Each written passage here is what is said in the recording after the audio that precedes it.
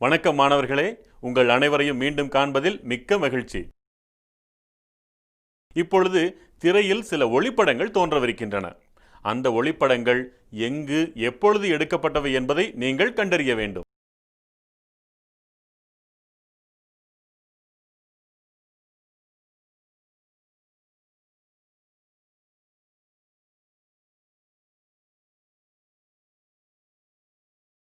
உங்கள் விடைகளுக்கு பாராட்டுகள். முதலாவது படம் ஒரு திருமண நிகழ்ச்சியில் எடுக்கப்பட்டது. இரண்டாவது படம் பள்ளியில் நடைபெற்ற விழாவில் எடுக்கப்பட்டது. மூன்றாவது படம் புத்தாண்டு கொண்டாட்டத்தில் எடுக்கப்பட்டது. நான்காவது படம் ஓர் இன்ப உலாவில் எடுக்கப்பட்டது. இந்த படங்கள் எந்தெந்த சூழ்நிலைகளில் எடுக்கப்பட்டவை என்பதை உங்களால் எப்படி கண்டுபிடிக்க முடிந்தது?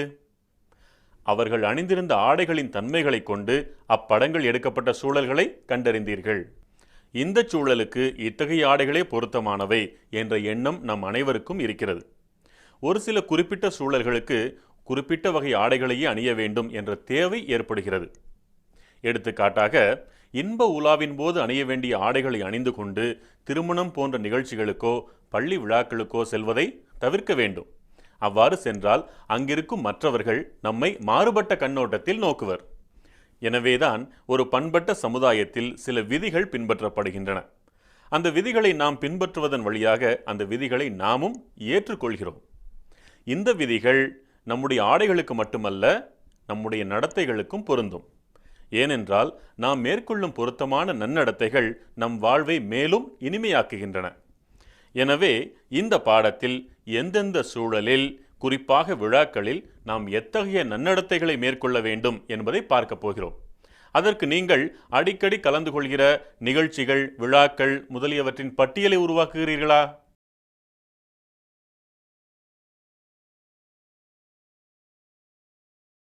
பட்டியலை உருவாக்கியதற்காக பாராட்டுக்கள். அவற்றுள் சிலவற்றை இப்பொழுது பார்க்கலாமா? திருமண விழாக்கள், பிறந்தநாள் விழாக்கள், ஆண்டு விழாக்கள், அறிவியல் கண்காட்சிகள், விடுதலை நாள், குடியரசு நாள் முதலிய விழாக்கள், இசை நிகழ்ச்சிகள், கலை கண்காட்சிகள், ஊர் திருவிழாக்கள்.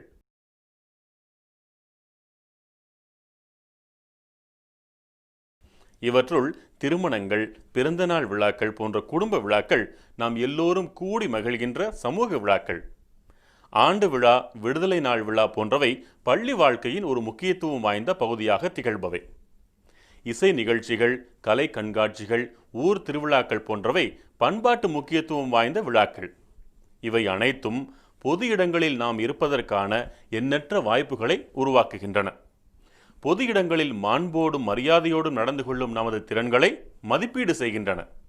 அவற்றை பற்றி இந்த பாடத்தில் ஒன்றன் பின் ஒன்றாக பார்ப்போமா? முதலில் ஆடை. ஆள் பாதி ஆடை பாதி என்கிறது தமிழ் பழமொழி ஒன்று. எனவே ஒரு நிகழ்ச்சிக்கோ அல்லது விழாவிற்கோ செல்லும் பொழுது எத்தகைய ஆடைகளை அணிந்து செல்ல வேண்டும் என்பதை பார்க்கலாமா? இதனை பற்றி ஏற்கனவே 7ஆம் வகுப்பில் தோற்றத்தை போற்றி பழகுக என்னும் பாடத்தில் விரிவாக பார்த்திருக்கிறோம். அதனை இப்பொழுது சற்று நினைவுபடுத்திக் கொள்ளலாமா? வயதிற்கும் சூழலுக்கும் ஏற்ற எளிய, நேர்த்தியான, தூய்மையான, மற்றவர் கண்களை உறுத்தாத ஆடைகளை அணிவது ஏற்றுக்கொள்ளக்கூடிய பொது இட நடத்தைகளில் முதன்மையானதாகும். அடுத்தது ஓர் உரையாடல். தன்னுடைய புதுமனை புகுவிழாவிற்காக மலை நம்பியை அவருடைய நண்பர் ஒருவர் அழைத்திருந்தார். விழாவிற்கு முந்தைய நாள் உலகின் ஓரிடத்தில் ஏற்பட்ட நிலநடுக்கத்தால் அப்பகுதியில் பேரழிவு ஏற்பட்டிருந்தது. அன்றைய செய்தித்தாள்களிலும் தொலைக்காட்சிகளிலும் அந்த செய்தி பிரதானமாக வெளிவந்திருந்தது. விழாவிற்கு வந்தவர்கள் அந்த நிலநடுக்கத்தை பற்றி பேசத் தொடங்கினர். அவர்களுள் ஒருவர் வேறு ஒரு நிலநடுக்கத்தில் தனக்கு ஏற்பட்ட அனுபவங்களை பற்றி விரிவாக கூறத் தொடங்கினார். இன்னொருவரோ கட்டிடங்கள் எப்படி அப்பளமாக நொறுங்கின என்பதையெல்லாம் சொல்லிக் கொண்டிருந்தார். இவற்றையெல்லாம் கேட்டுக்கொண்டிருந்த மலை நம்பியும் நிலநடுக்கத்தால் ஏற்படும் துயரங்களை பற்றி கேள்விப்பட்டிருக்கிறார். அவற்றை அவரும் இப்பொழுது அங்கே கூற வேண்டுமா?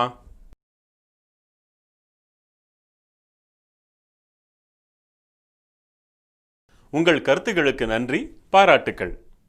மலை நம்பி நிலநடுக்கம் குறித்து தான் அறிந்த நிகழ்வுகளை தன்னுடைய நண்பரின் புதுமனை புகுவிழாவிற்கு வந்திருக்கும் மற்றவர்களோடு பகிர்ந்து கொள்வதை தவிர்க்க வேண்டும். ஒரு நல்ல நிகழ்வின் பொருட்டு பலரும் கூடி மகிழ்வோடு உரையாடி கொண்டிருக்கும் சமயத்தில் அந்த சூழலுக்கு பொருத்தமான உரையாடலை மேற்கொள்ள வேண்டும்.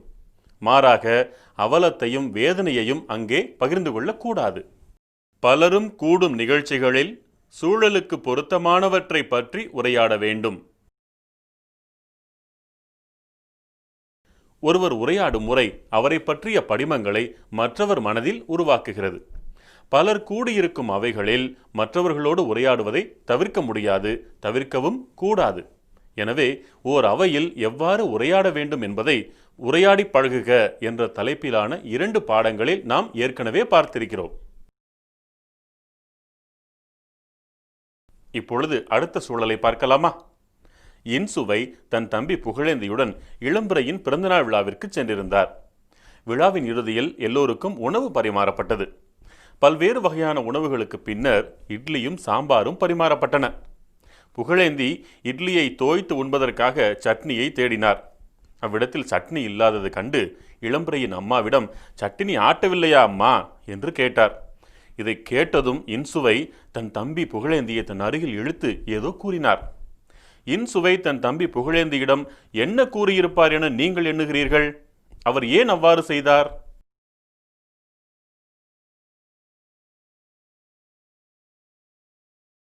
உங்களின் விடைகளை கூறியதற்காக நன்றி, பாராட்டுக்கள். இளம்பிறையின் அம்மாவிடம் இக்கட்டான வினாவை வினவி அவரை தர்ம சங்கடத்திற்கு ஆளாக்கிவிட்டதாக புகழேந்தியிடம் இன்சுவை கூறியிருப்பார். அவ்வாறு வினவுவது பொருத்தமற்ற செயல் என்னும் விழிப்புணர்வு புகழேந்திக்கு இல்லை. ஒரு வீட்டிற்கு விருந்தினராக செல்வோர் அந்த வீட்டில் விருந்தோம்பல் செய்பவர்களை மகிழ்ச்சியாக உணர வைக்க வேண்டும். அவர்களை தர்ம சங்கடத்திற்கு உள்ளாக்காமலும் இக்கட்டான சூழ்நிலைக்கு ஆளாக்காமலும் நடந்து கொள்ள வேண்டும். அவ்வாறு எப்படி நடந்து கொள்ள வேண்டும் என்பதை வெண்ணிலவு என்னும் ஒருவரின் நடவடிக்கைகளின் வாயிலாக நாம் அறியலாமா? வெண்ணிலவு தன் நண்பர் மல்லிகையின் திருமணத்திற்கு நேர்த்தியான, அழகான, மற்றவர் கண்களை உறுத்தாத ஆடைகளை அணிந்து கொண்டு ஒரு கவிதை புத்தகத்தை பரிசு பொருளாக எடுத்துச் சென்றார். அங்கு அவருடைய நண்பர்கள் பலர் வந்திருந்தனர். அவர்களுள் சிலரை அவர் நீண்ட நாட்கள் கழித்து சந்திக்கிறார். இப்பொழுது அவர் என்ன செய்ய வேண்டும்? 1. அடையாளம் தெரியாதது போல இருந்துவிட வேண்டும். 2. மற்றவர்கள் திரும்பி பார்க்கிற அளவிற்கு உற்சாகத்தோடு உரையாட வேண்டும். 3. உற்சாகமும் மகிழ்ச்சியும் இயல்பாக வெளிப்படும் மலர்ந்த முகத்தோடு உரையாட வேண்டும். உற்சாகமும் மகிழ்ச்சியும் இயல்பாக வெளிப்படும் மலர்ந்த முகத்தோடு உரையாட வேண்டும் என்பதே பொருத்தமான விடை. மாறாக அடையாளம் தெரியாதது போல் நடந்து கொள்வது உறவை போற்றாத பண்பற்ற செயலாகும். மேலும் மற்றவர்களின் கவனத்தை கவர்கின்ற வகையில் உற்சாகத்தை காட்டுவதும் அவை நாகரிகம் அன்று. ஏனென்றால் அந்த விழாவில் எல்லோராலும் கவனிக்கப்பட வேண்டியவர்கள் மணமக்கள் தானே தவிர மற்றவர்கள் அல்ல. எனவே மற்றவர்களின் கவனத்தை தேவையற்று ஈர்க்கும் செயல்களில் ஈடுபடக்கூடாது. திருமணத்தின் முக்கிய நிகழ்வுகள் முடிந்ததும் வெண்ணிலவு மணமக்கள் அருகே சென்றார். கைகுலுக்கி அவர்களுக்கு வாழ்த்து தெரிவித்தார். இப்பொழுது வெண்ணிலவு தான் கொண்டு சென்ற பரிசு பொருளை எவ்வாறு கொடுக்க வேண்டும்? 1. 2 கைகளிலும் ஏந்தி முகமலர்ச்சியோடு அவர்களின் கண்களை பார்த்து கொடுக்க வேண்டும். 2. படம் எடுப்பவரை பார்த்து கொண்டே ஒரு கையால் கொடுக்க வேண்டும். 3. பரிசு பொருளின் சிறப்பை விளக்கி கூறிய பின்னர் கொடுக்க வேண்டும். 2 கைகளிலும் ஏந்தி முக மலர்ச்சியோடு அவர்களின் கண்களை பார்த்து பரிசை கொடுக்க வேண்டும் என்பதுதான் பொருத்தமான விடை.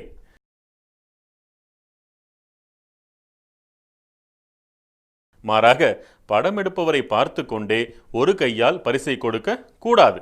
ஏனென்றால் ஒரு கையால் கொடுப்பதோ இடது கையால் கொடுப்பதோ தமிழ் பண்பாட்டில் மதிப்பு குறைவாக கருதப்படுகிறது.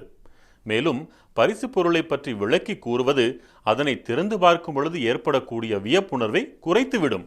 எனவே மகிழ்ச்சியோடு விருந்தோம்பல் செய்வோரை அல்லது விழா நாயகர்களை வாழ்த்த வேண்டும். நம் அன்பின் அடையாளமாக பூ, பழம், இனிப்பு, புத்தகம் ஆகியன போன்ற பொருத்தமானவைகளை பரிசாக வழங்கலாம். பரிசினை இரு கைகளிலும் ஏந்தி முகமலர்ச்சியோடு கண்களை பார்த்து கொடுக்க வேண்டும். மணமக்களுக்கு பரிசினை கொடுத்த பின்னர் மற்றவர்களுக்கு வழிவிட்டு வெண்ணிலவு அந்த இடத்தை விட்டு அகன்றார். அப்பொழுது அங்கு வந்த மல்லிகையின் அம்மா தன் கையில் இருந்த பொருட்கள் சிலவற்றை வெண்ணிலவிடம் கொடுத்து அதை மண்டபத்தின் மற்றொரு பகுதியில் இருக்கும் மல்லிகையின் அண்ணனிடம் கொடுக்கும்படி வேண்டினார். இப்பொழுது வெண்ணிலவு என்ன செய்ய வேண்டும்? விருந்தினராய் வந்திருக்கும் என்னை வேலை வாங்கலாமா என கேட்க வேண்டும். 2. அவரை நான் எங்கு சென்று தேடுவது என கேட்க வேண்டும். 3. கொடுங்கள் என வாங்கிச் சென்று மல்லிகையின் அண்ணனிடம் கொடுக்க வேண்டும். கொடுங்கள் என வாங்கிச் சென்று மல்லிகையின் அண்ணனிடம் கொடுக்க வேண்டும் என்பதுதான் பொருத்தமான விடை. ஏனென்றால் தமக்கு நெருக்கமான உறவு என்று கருதும் விருந்தினர்களிடம்தான் விருந்தோம்பல் செய்வோர் தமக்கான உதவிகளை வேண்டுவர். எனவே அந்த உறவை மதிக்க வேண்டும் என்றால் அவர்கள் கூறும் உதவிகளை செய்தல் வேண்டும். மாறாக விருந்தினராய் வந்திருக்கும் என்னிடம் வேலை வாங்கலாமா என்று கேட்பது அந்த உறவை உதரும் பண்பற்ற செயலாகும். மேலும் அவரை எங்கே சென்று நான் தேடுவது என்று கேட்பது நான் உங்களுக்கு உதவ முடியாது என்று மறைமுகமாக மறுத்துரைக்கும் கூற்றாகும். வாய்ப்புள்ள இடங்களில் தேவைப்படும் உதவிகளை செய்ய வேண்டும். மல்லிகையின் அம்மா கொடுத்த பொருளை வாங்கி மல்லிகையின் அண்ணனிடம் கொடுத்த பிறகு வெண்ணிலவு நண்பர்களோடு அமர்ந்து விருந்து உண்டார். விருந்தில் வைக்கப்பட்ட ஒரு உணவில் உப்பு சற்று குறைவாக இருந்தது. வெண்ணிலவிற்கு அருகில் அமர்ந்திருந்த நண்பர் அதை பற்றி கேலி செய்தார். வெண்ணிலவு இப்பொழுது என்ன செய்ய வேண்டும்? 1. நண்பரோடு சேர்ந்து தானும் கேலி செய்ய வேண்டும். 2. குறைகளை பலரும் அறிய கூறி கேலி செய்யக்கூடாது என்று நண்பரை தடுக்க வேண்டும். 3. இவருக்கு உப்பு கொண்டு வாருங்கள் என கத்த வேண்டும். குறைகளை பலரும் அறிய கூறி கேலி செய்யக்கூடாது என்று நண்பரை தடுக்க வேண்டும் என்பதுதான் பொருத்தமான விடை.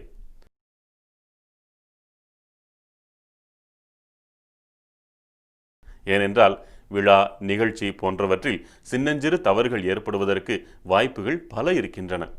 அவற்றை பலரும் அறிய குறை கூறுதல், கேலி செய்தல், எதிர்மறையானவற்றை பற்றி பேசுதல் ஆகியன விருந்தோம்பல் செய்வோரை இக்கட்டிற்கு உள்ளாக்கும். அதை அவர்கள் நிலையில் இருந்து நாம் புரிந்து கொள்ள வேண்டும். மாறாக இவருக்கு உப்பு கொண்டு வாருங்கள் என்று கத்துவது உணவில் உப்பு இல்லை என்பதை மற்றவர்கள் பலரும் அறிய செய்யும் செயலாகும். மேலும் நண்பர்களோடு சேர்ந்து தானும் அந்த குறைகளை பற்றி பேசுவது பண்பற்ற செயலும் ஆகும். ஆகவே எதிர்மறை கருத்துக்களை தவிர்க்க வேண்டும். விழாக்களில், நிகழ்ச்சிகளில் இருக்கும் குறைகளை பலரும் அறிய கூறி விருந்தோம்பல் செய்வோரை இக்கட்டிற்கு உள்ளாக்கக்கூடாது. விருந்து உண்டு முடித்த வெண்ணிலவும் அவரது நண்பர்களும் மீண்டும் திருமண அரங்கிற்கு வந்து அமர்ந்து பேசிக் கொண்டிருந்தனர். சற்று நேரத்தில் விழாவிற்கு வந்தவர்கள் ஒவ்வொருவராக கிளம்ப தொடங்கினர். வெண்ணிலவும் கிளம்ப முடிவெடுத்தார். இப்பொழுது அவர் என்ன செய்ய வேண்டும்? யாரிடமும் கூறாமல் விரைந்து வெளியேறிச் செல்ல வேண்டும். விருந்தோம்பல் செய்தோரிடம் விடைபெற்று செல்ல வேண்டும். விருந்தோம்பல் செய்தோரிடம் தன்னை அழைத்ததற்கு நன்றியும் விழாவும் விருந்தும் நன்றாக இருந்ததற்கு பாராட்டும் தெரிவித்து விடைபெற வேண்டும். யாரிடமும் கூறாமல் வெளியேறிச் செல்வது பண்பற்ற செயலாகும். எனவே அது பொருத்தமற்றது. மாறாக விருந்தோம்பல் செய்வோரிடம் விடைபெற்று செல்வது பண்புள்ள செயலாகும். அதனினும் விருந்தோம்பல் செய்தோரிடம் தன்னை அழைத்ததற்கு நன்றியும் விழாவும் விருந்தும் சிறப்பாக இருந்ததற்கு பாராட்டும் தெரிவித்து விடைபெற்று செல்வது மெச்சுதற்குரிய பண்பட்ட செயலாகும். எனவே விழாவில், நிகழ்ச்சியில் இருக்கும் நிறைகளை பாராட்ட வேண்டும். கிளம்பும் முன்னர் விருந்தோம்பல் செய்தோரிடம் தன்னை அழைத்ததற்கு நன்றி கூறி விடைபெற வேண்டும். திருமண மண்டபத்தை விட்டு வெண்ணிலவு வெளியே வருவதற்கும் அங்கே அவருடைய தோழி தேவி அறக்க பறக்க ஓடி வருவதற்கும் சரியாக இருந்தது. இப்பொழுதுதான் வருகிறாயா என்று வெண்ணிலவு தேவியை வினவினார். திருமணத்திற்கு இன்னும் நேரம் இருக்கிறது என்று எண்ணி வேலைகளை மெதுவாக செய்து கொண்டிருந்தேன். கடிகாரத்தை பார்த்தபோதுதான் நேரமாகிவிட்டது தெரிந்தது. உடனே கிளம்பி வருகிறேன் என்றார் தேவி. உனக்கு எப்பொழுதும் இதுவே வழக்கமாக போய்விட்டது, போ என்று கூறிவிட்டு வெண்ணிலவு வெளியே சென்று விட்டார். தேவி திருமண விழாவிற்கு காலம் கடந்து வந்தது சரியா தவறா? இந்த நிகழ்விலிருந்து நாம் அறிந்து கொள்வது என்ன? தேவி திருமண விழாவிற்கு காலம் கடந்து வந்தது தவறு. விழாக்களுக்கு செல்லும் பொழுது குறித்த நேரத்தில் செல்லல் வேண்டும். அதற்கு ஏற்ப நம்முடைய பணிகளை திட்டமிட்டு ஒழுங்குபடுத்திக் கொள்ள வேண்டும். விழாக்களுக்கு உரிய நேரத்தில் செல்லல் வேண்டும். இப்பொழுது ஒரு பயிற்சி செய்யலாமா? ஒரு விழாவில் கலந்து கொள்ளும் நீங்கள் அங்கிருந்து எப்படி விடைபெற்று கிளம்புவீர்கள் என்பதனை நடித்து காட்ட வேண்டும். உங்களில் ஒருவர் விருந்தோம்பல் செய்பவராகவும் மற்றொருவர் அந்த விழாவில் கலந்து கொண்டு விடைபெறுபவராகவும் நடிக்க வேண்டும். யார் யார் நடிக்க வருகிறீர்கள்?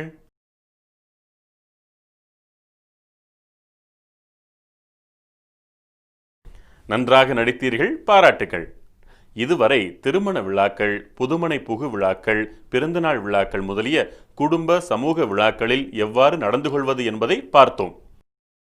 இனி அலுவல் சார்ந்த, நிறுவனங்கள் சார்ந்த விழாக்களில் எவ்வாறு பங்கேற்று நடந்து கொள்வது என்பதை பார்க்கலாமா? அகிலனின் பள்ளியில் விளையாட்டு விழா நடைபெறுகிறது. அங்கு நடைபெறும் நிகழ்வுகளை காண்போமா? மூத்த தடகள வீரர்கள் அனைவரும் தத்தம் அமர்விடங்களுக்கு உடனடியாக திரும்ப வேண்டும் என்று ஒலிபெருக்கியில் அறிவிக்கப்பட்டது. அதை கேட்டவுடன் மூத்த தடகள வீரர்கள் அனைவரும் ஒருவரை ஒருவர் இடித்தும் தள்ளியும் பேர் இரைச்சலை எழுப்பியவாறும் ஓட்டம் எடுக்க தொடங்கினர். அவர்கள் அவ்வாறு நடந்து கொண்டது பண்பட்ட செயலா? இல்லை என்றால் அவர்கள் என்ன செய்திருக்க வேண்டும் என்று நீங்கள் நினைக்கிறீர்கள்? ஏன் அவ்வாறு நினைக்கிறீர்கள்?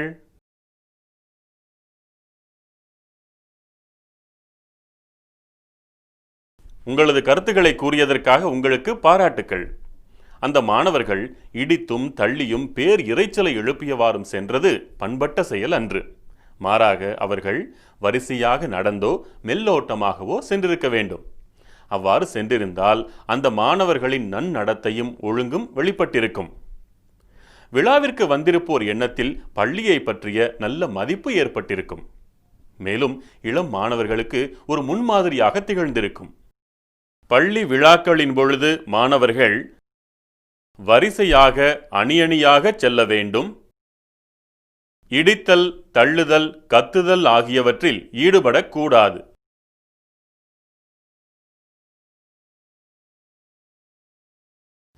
தங்களது அமர்விடங்களில் அமர்ந்திருந்த மாணவர்களுக்கு விழா நடைபெறும் பொழுது எவ்வாறு நடந்து கொள்ள வேண்டும் என்பதை பற்றி அறிவுறுத்தும்படி ஆசிரியர்கள் பணிக்கப்பட்டனர்.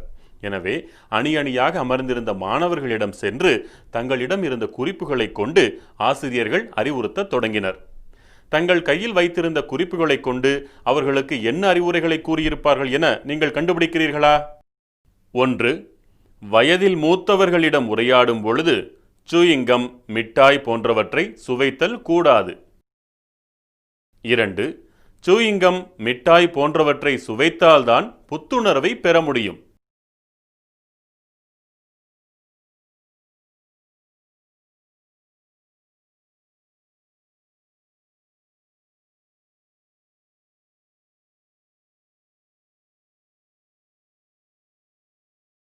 'வாயில் எதையேனும் வைத்துக்கொண்டு தெளிவாக பேச முடியாது. அவ்வாறு பேசுவது மதிப்பு குறைவான பண்பற்ற செயல் ஆகும். மேலும் அது நம்மை பற்றிய தவறான எண்ணத்தை மற்றவர்கள் மனதில் ஏற்படுத்திவிடும். எனவே சூயிங்கம் போன்றவற்றை மென்று கொண்டே உரையாடக்கூடாது. நன்று மாணவர்களே, இப்பொழுது அடுத்த செய்தியை பார்க்கலாமா? 1. பயன்படுத்தி முடித்தவற்றை அந்தந்த இடத்திலேயே போட்டுவிட்டால் துப்புரவு பணியாளர்கள் அவற்றை அகற்றி விடுவார்கள். 2. குப்பைகளை குப்பை தொட்டிகளில்தான் போட வேண்டும்.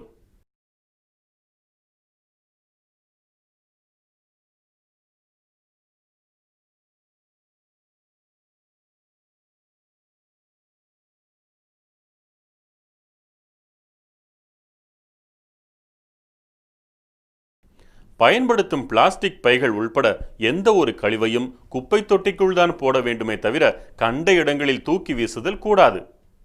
அது நம்மை நாகரிகமற்றவர்களாக காட்டும். மேலும் அவ்விடங்களின் அழகையும் சூழலையும் கெடுத்துவிடும். குப்பைகளை கண்ட இடங்களில் வீசாமல் குப்பை தொட்டிக்குள் மட்டுமே போட வேண்டும். மாணவர்களே, நாம் இப்பொழுது அடுத்த செய்திக்கு போகலாமா? 1. வெற்றி பெற்றவர்களை உடனடியாக பாராட்ட ஓட்டப்பந்தய தடங்களை தாண்டுவதும் விளையாட்டு திடலுக்குள் உலவுவதும் தவறல்ல. 2. ஓட்டப்பந்தய தடங்களை தாண்டுவதும் விளையாட்டு திடலுக்குள் உலவுவதும் போட்டிகளின் ஒழுங்கை கெடுக்கும்.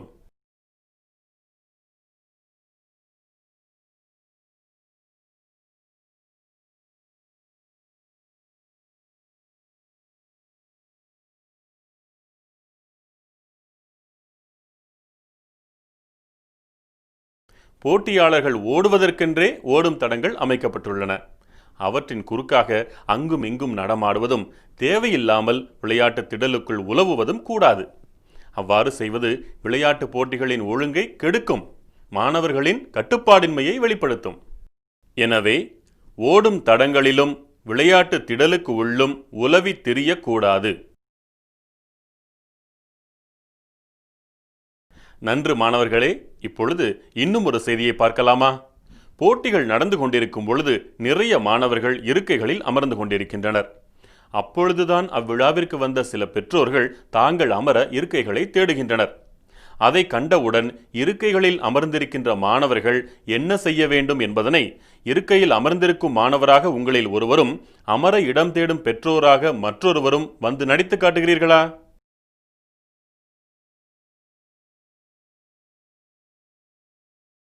நன்றாக நடித்து காட்டினீர்கள், பாராட்டுக்கள். அமர்வதற்கு இடம் தேடிக்கொண்டிருக்கும் பெற்றோர்களை கண்டவுடன் இருக்கைகளில் அமர்ந்திருக்கும் மாணவர்கள் தாங்கள் எழுந்து கொண்டு தங்கள் இருக்கைகளில் அவர்களை அமர வைக்க வேண்டும். இதுவே விருந்தினர்களை பேணும் முறையாகும். ஆம், நம் பள்ளியின் விழா நம் விழா. பள்ளிக்கு வரும் விருந்தினர்கள் நம் விருந்தினர்கள்.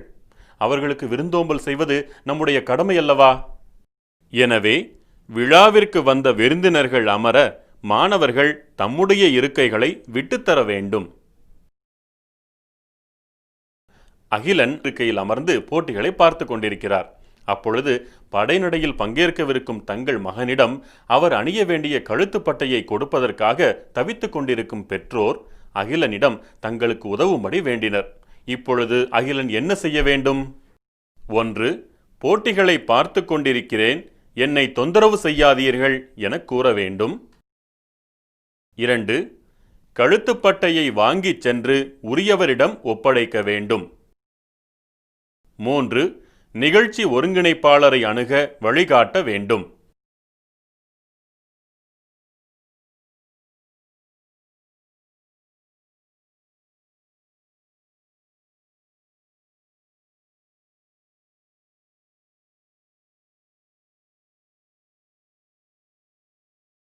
கழுத்துப்பட்டையை வாங்கிச் சென்று உரியவரிடம் ஒப்படைப்பதே பொருத்தமான செயலாகும்.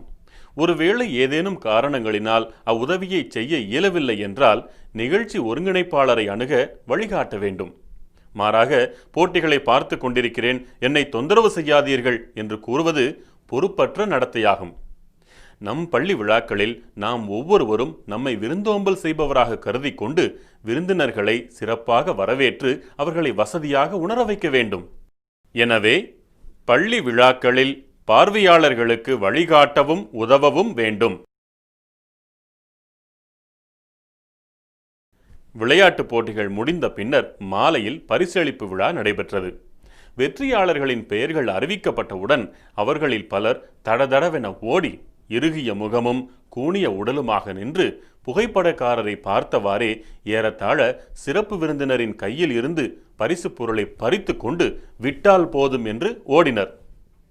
உங்களில் ஒருவர் சிறப்பு விருந்தினராகவும் மற்றொருவர் பரிசை பெறுபவராகவும் இங்கே வந்து அந்த காட்சியினை நடித்து காட்டுகிறீர்களா?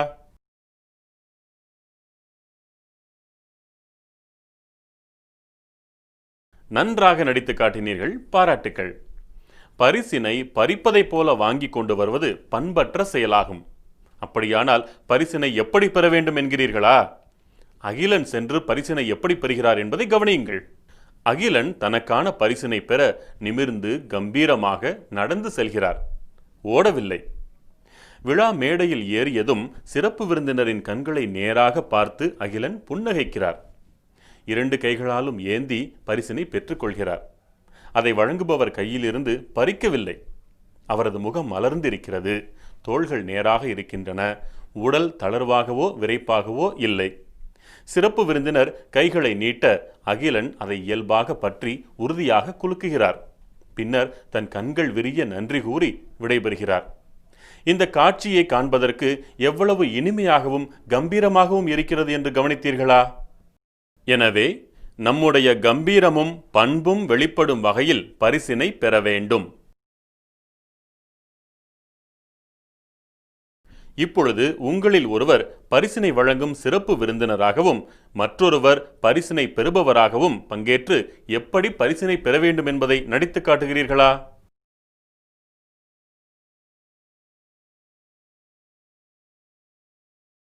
நன்றாக நடித்து காட்டினீர்கள், பாராட்டுகள். இப்பொழுது அடுத்த காட்சியை பார்க்கலாமா? பரிசளிப்பு விழா நிறைவடைந்த பின்னர் அன்றைய விழாவின் நிறைவாக தேசிய கீதம் பாடப்பட்டது. அதன் தொடர்ச்சியாக கொடி வணக்கம் செலுத்தப்பட்டு தேசிய கொடி இறக்கப்பட்டது. அந்த நிகழ்வுகளின் பொழுது சிலர் முணுமுணுத்துக் கொண்டும் பேசிக்கொண்டும் இருந்தனர். சிலர் அங்குமிங்கும் நடமாடிக்கொண்டிருந்தனர். அவர்கள் செய்தது சரியா தவறா? உறுதியாக தவறு. கொடி வணக்கம் செலுத்தும் பொழுதும் தேசிய கீதம் பாடும் பொழுதும் நிமிர்ந்து நின்று நேராக நோக்க வேண்டும். அப்பொழுது மற்றவர்களுடன் பேசவோ முணுமுணுக்கவோ அங்குமிங்கும் அலையவோ கூடாது. பள்ளி விளையாட்டு விழாவின் ஒரு பகுதியாக முன்னிரவு வேளையில் கலை நிகழ்ச்சிகள் நடைபெற்றன. அவற்றில் ஒரு குறிப்பிட்ட நிகழ்ச்சி நீளமானதாகவும் பார்வையாளர்களின் கவனத்தை ஈர்க்க முடியாததாகவும் இருந்தது. இப்பொழுது மாணவர்கள் என்ன செய்ய வேண்டும்? 1. கைகளை தட்டி நிகழ்ச்சியை நிறுத்த வேண்டும். 2. நிறுத்துக நிறுத்துக என கத்த வேண்டும். 3. பொறுமையோடு காத்திருக்க வேண்டும்.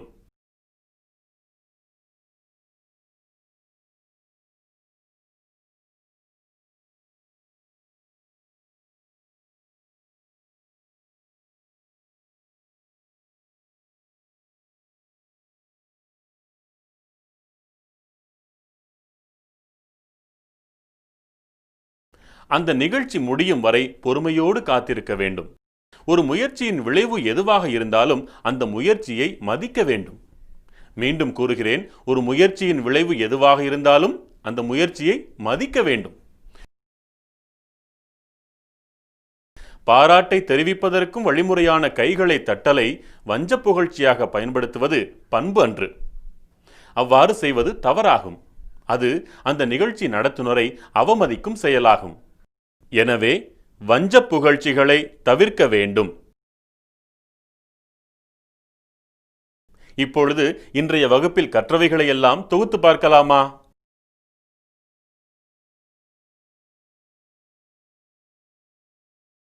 எல்லா இடங்களிலும் எப்பொழுதும் பேச்சிலும் உடையிலும் நன்னடத்தையை பேண வேண்டும்.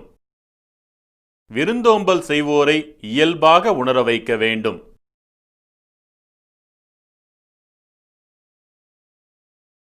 விழாவிலிருந்து கிளம்பும் பொழுது விழா அழைப்பாளருக்கு நன்றி கூறி வாழ்த்து தெரிவித்துவிட்டு வர வேண்டும். பள்ளிக்கு அவப்பெயர் ஏற்படுமாறு நடந்து கொள்ளக்கூடாது. விருந்தினர்களுக்கு முன்னுரிமை கொடுத்து அவர்களின் தேவையறிந்து வழிகாட்டி உதவ வேண்டும். நிகழ்த்துனர்களுக்கும் பார்வையாளர்களுக்கும் தொல்லை தரும் செயல்களை தவிர்க்க வேண்டும். நிகழ்த்துனர்களை அவமதிக்கும் செயல்களை தவிர்க்க வேண்டும். இன்றைய வகுப்பில் கற்றவைகளை எல்லாம் தொகுத்து கூறியதற்காக நன்றி. இவற்றை எப்பொழுதும் நினைவிற்கொள்வதற்காக சில பயிற்சிகளை செய்யலாமா? வினா எண் 1. உங்கள் நண்பரின் அண்ணனின் திருமணத்திற்கு நீங்களும் உங்கள் நண்பர்களும் சென்றிருக்கிறீர்கள். திருமணம் நடந்து முடிவதற்கு சில நிமிடங்கள் முன்னதாகவே சிலர் அந்த அரங்கில் இருந்து எழுந்து உணவு கூடத்திற்கு விரைகிறார்கள். இதனை கண்ட உங்கள் நண்பர்கள் சிலரும் நாமும் செல்வோம் என்கிறார்கள். இந்த நிலையில் நீங்கள் என்ன செய்வீர்கள்?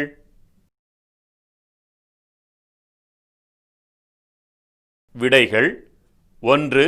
நானும் சேர்ந்து விரைவேன். 2. நீங்கள் சென்று எனக்கும் இடம் போட்டு வையுங்கள் என்பேன். 3. முதலில் நண்பரை சந்தித்து மணமக்களை வாழ்த்திவிட்டு விருந்துண்ணச் செல்வோம் என்பேன். வினா எண் 2. உங்கள் பள்ளியில் பணியாற்றி ஓய்வு பெறும் ஆசிரியர் ஒருவருக்கு பாராட்டு விழா நடந்து கொண்டிருக்கிறது. நீங்களும் உங்கள் நண்பரும் பாதையோரத்தில் இருக்கும் இருக்கையில் அமர்ந்திருக்கிறீர்கள். அப்பொழுது ஓய்வு பெறும் ஆசிரியரின் நண்பர்கள் இருவர் நீங்கள் அமர்ந்திருக்கும் இருக்கைக்கு அருகில் அமர இடமில்லாமல் நிற்கிறார்கள். மண்டபத்தின் நடுவில் சில இருக்கைகள் வெறுமையாக இருக்கின்றன. இப்பொழுது நீங்கள் என்ன செய்வீர்கள்? விடைகள்: 1. ஒன்றும் செய்ய மாட்டேன். 2. நானும் என் நண்பரும் எழுந்து இடம் கொடுப்போம். 3. மண்டபத்தின் நடுவில் இடம் இருக்கிறது, உள்ளே சென்று அமருங்கள் என்பேன். வினா எண் 3. உங்கள் நண்பர் வீட்டின் விழாவிற்கு வந்திருக்கும் ஒருவர் உங்கள் நண்பரின் அம்மாவை பார்க்க வேண்டும் என்கிறார். அப்பொழுது நீங்கள் என்ன செய்வீர்கள்? விடைகள்: 1. இங்கேயே இருங்கள், வருவார்கள் என்பேன். 2. இங்குதான் இருப்பார்கள், தேடி பாருங்கள் என்பேன். 3. அவர்களை நண்பரின் அம்மாவிடம் அழைத்துச் செல்வேன். இந்த வினாக்களுக்கான பொருத்தமான விடைகளை அடுத்த வகுப்பிற்கு வரும்பொழுது நிறைவு செய்து கொண்டு வாருங்கள். நன்றி. அடுத்த வகுப்பில் சந்திப்போம்.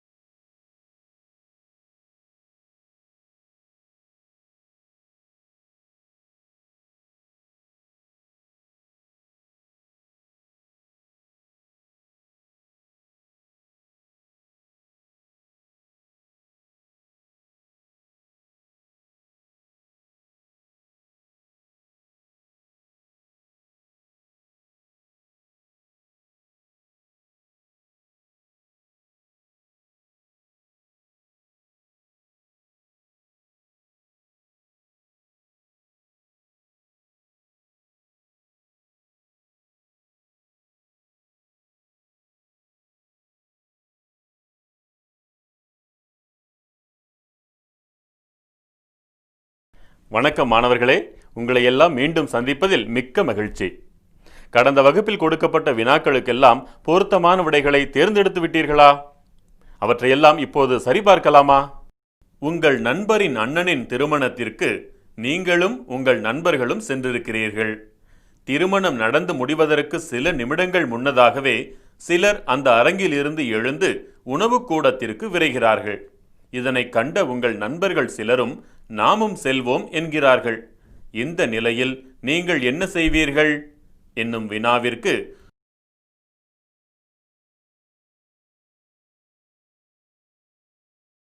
முதல் விடையான நானும் சேர்ந்து விரைவேன் என்பதும், இரண்டாவது விடையான நீங்கள் சென்று எனக்கும் இடம் போட்டு வையுங்கள் என்பேன் என்பதும் பொருத்தமற்ற விடைகள். மாறாக மூன்றாவது விடையான முதலில் நண்பரை சந்தித்து மணமக்களை வாழ்த்திவிட்டு விருந்துண்ணச் செல்லலாம் என்பேன் என்பதே பொருத்தமான விடை. ஏனென்றால் நாம் திருமணத்திற்கு சென்றதன் நோக்கமே மணமக்களை வாழ்த்தத்தான். அதனை நிறைவேற்றிய பின்னரே விருந்துண்ணச் செல்ல வேண்டும். உங்களின் விடை என்ன?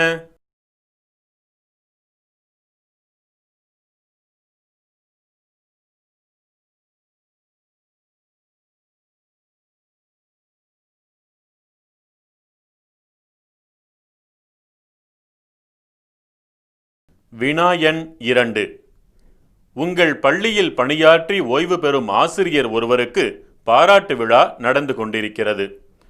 நீங்களும் உங்கள் நண்பரும் பாதையோரத்தில் இருக்கும் இருக்கையில் அமர்ந்திருக்கிறீர்கள். அப்பொழுது ஓய்வு பெறும் ஆசிரியரின் நண்பர்கள் இருவர் நீங்கள் அமர்ந்திருக்கும் இருக்கைக்கு அருகில் அமர இடமில்லாமல் நிற்கிறார்கள்.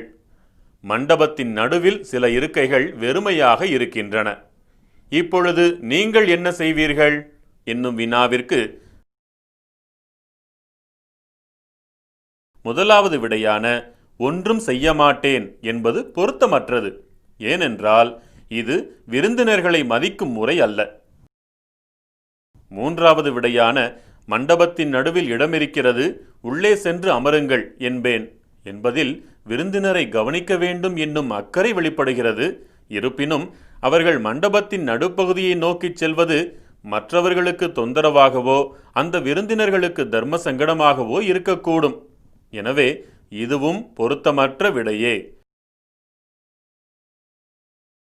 மாறாக இரண்டாவது விடையான நானும் என் நண்பரும் எழுந்து இடம் கொடுப்போம் என்பதே பொருத்தமான விடை. ஏனென்றால் இதில் மற்றவர்களுக்கு தொந்தரவு இல்லாமல் விருந்தினர்களை மதித்து கவனிக்கும் பண்பு வெளிப்படுகிறது. உங்களின் விடை என்ன?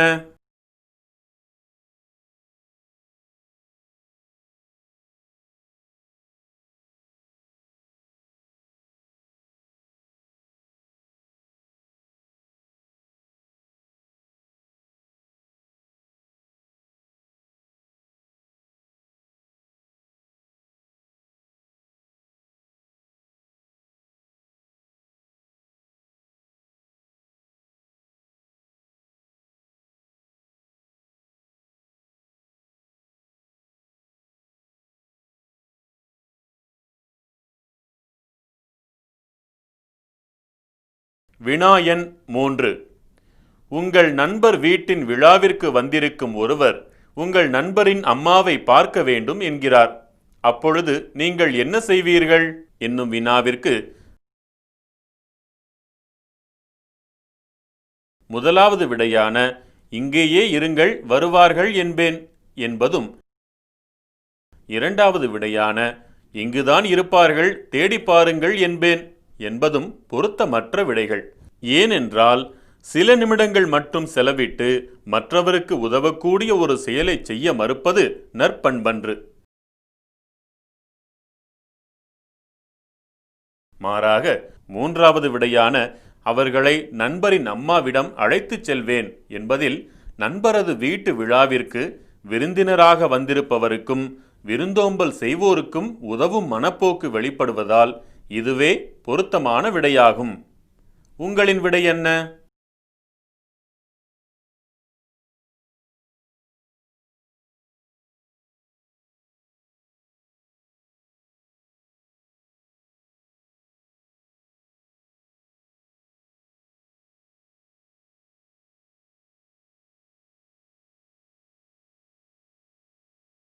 உங்கள் விடைகள் எல்லாம் சரியாக இருக்கின்றனவா? இருந்தால் பாராட்டுக்கள். இல்லை என்றால் அடுத்த முறை அனைத்து வினாக்களுக்கும் பொருத்தமான விடைகளை தேர்ந்தெடுக்க முயற்சி செய்யுங்கள். இப்பொழுது அடுத்த பாடத்திற்கு போகலாமா?